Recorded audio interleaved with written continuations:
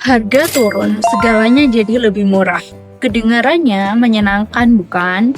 Tapi tunggu dulu, apa jadinya jika harga terus turun hari demi hari, bulan demi bulan, hingga ekonomi berhenti berputar? Sebuah dunia di mana uangmu semakin bernilai, tetapi orang-orang kehilangan pekerjaan, bisnis bangkrut, dan roda ekonomi melambat.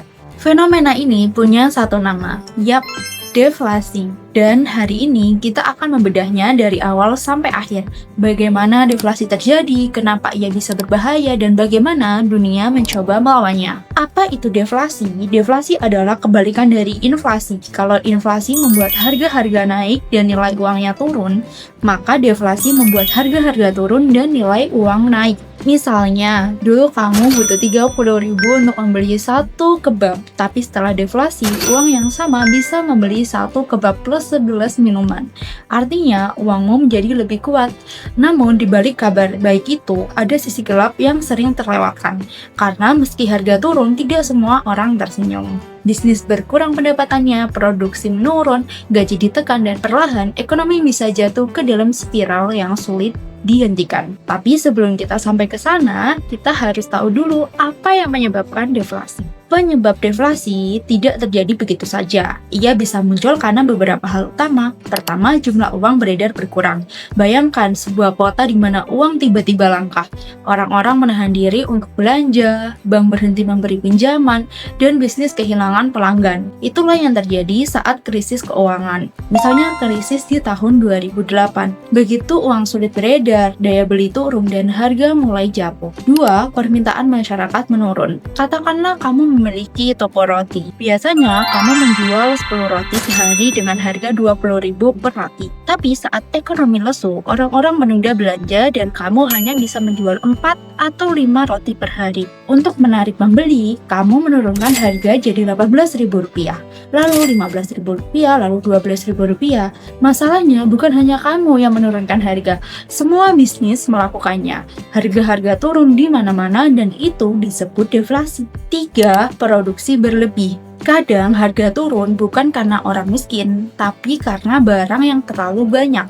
Misalnya, petani beras memproduksi 12 karung, padahal pasar hanya butuh 8. Untuk menghindari kerugian, mereka menurunkan harga. Jika ini terjadi di berbagai sektor secara bersamaan, harga-harga akan jatuh secara luas dan deflasi pun muncul. Mengapa deflasi bisa berbahaya? Sekilas harga turun tampak bagus, tapi dalam ekonomi segalanya saling terhubung.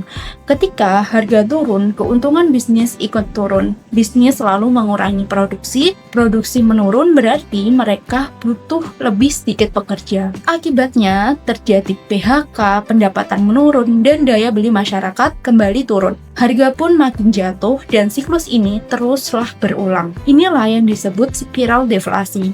Mari kita lihat dalam contoh sederhana. Sebuah pabrik sepatu menjual 1.000 pasang sepatu per hari dengan harga Rp900.000 per pasang. Namun karena permintaan itu menurun, mereka menurunkan harga menjadi Rp800.000. Orang-orang menunggu harga turun lebih jauh dan penjualan semakin lambat. Pabrik pun menurunkan harga lagi menjadi Rp700.000, Rp600.000, tapi tetap sepi pembeli. Akhirnya pabrik mengurangi produksi, memotong gaji, bahkan memberhentikan pekerja. Lalu karena banyak orang kehilangan pekerjaan, daya beli makin rendah dan bisnis lain ikut terdampak. Dari satu pabrik, masalahnya menyebar ke seluruh ekonomi. Beginilah depresi ekonomi besar pada tahun 1930-an di Amerika Serikat terjadi. Salah satu contoh deflasi terparah dalam sejarah. Dampak deflasi terhadap kehidupan sehari-hari. Deflasi tidak hanya menyerang perusahaan besar, ia memengaruhi semua orang. Pekerja menghadapi pemotongan upah dan ancaman kehilangan pekerjaan. Pengusaha kesulitan menjual barang karena orang menunda pembelian. Pemerintah kehilangan pendapatan pajak karena aktivitas ekonomi menurun. Orang yang berutang paling menderita karena saat uang makin berharga, nilai utang mereka meningkat secara real. Contohnya begini, kamu berutang 10 juta rupiah tahun ini. Tahun depan karena deflasi nilai uang naik 5%, maka nilai realnya utangmu bukan lagi 10 juta rupiah, tapi setara dengan 10,5 juta rupiah dalam daya beli. kamu harus membayar lebih banyak dalam arti nyata, padahal mungkin penghasilanmu justru turun. Lalu, bagaimana deflasi dikendalikan? Untuk melawan deflasi, pemerintah dan bank sentral punya dua senjata utama. Kebijakan moneter dilakukan oleh bank sentral misalnya dengan menurunkan suku bunga. Jadi, pinjaman jadi lebih murah, mendorong orang dan bisnis untuk berbelanja dan berinvestasi. Selanjutnya, dengan meningkatkan jumlah uang beredar. Caranya bisa melalui open market operation, di mana bank sentral membeli obligasi dari bank komersial agar uang mengalir kembali ke masyarakat.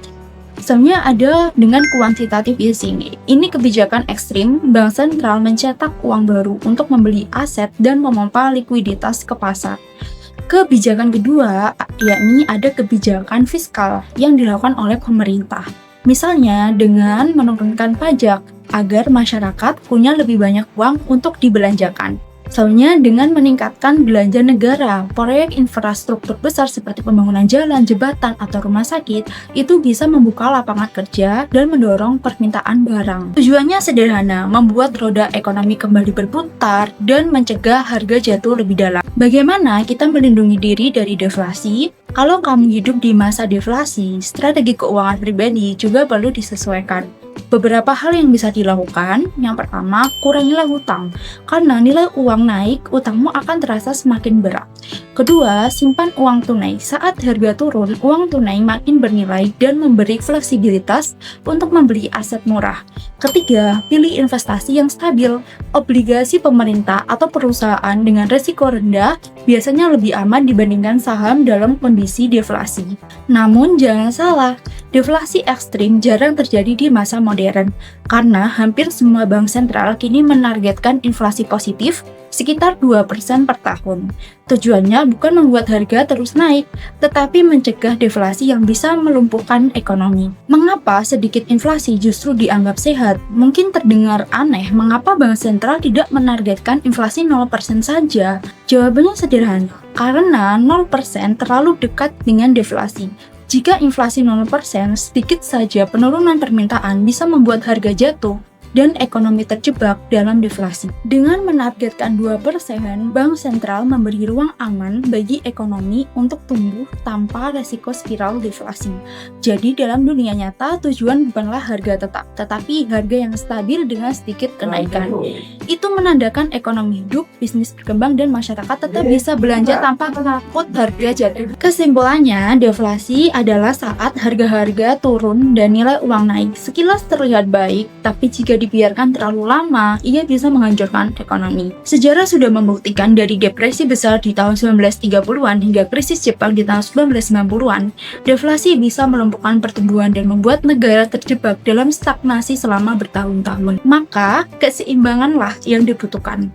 Sedikit inflasi menandakan ekonomi bergerak, sedangkan deflasi berkepanjangan menandakan ekonomi berhenti. Tujuan akhirnya bukan uang yang makin berharga, tapi kehidupan yang makin sejahtera. Jadi, kalau lain kali kamu mendengar berita bahwa harga turun, jangan langsung bersorak. Tanyakan juga apakah ekonomi kita masih tumbuh, karena dalam dunia ekonomi, tidak semua yang murah itu baik, dan tidak semua yang mahal itu buruk. Terima kasih sudah menonton, jangan lupa subscribe untuk video edukasi ekonomi lainnya. Sampai jumpa di pembahasan berikutnya.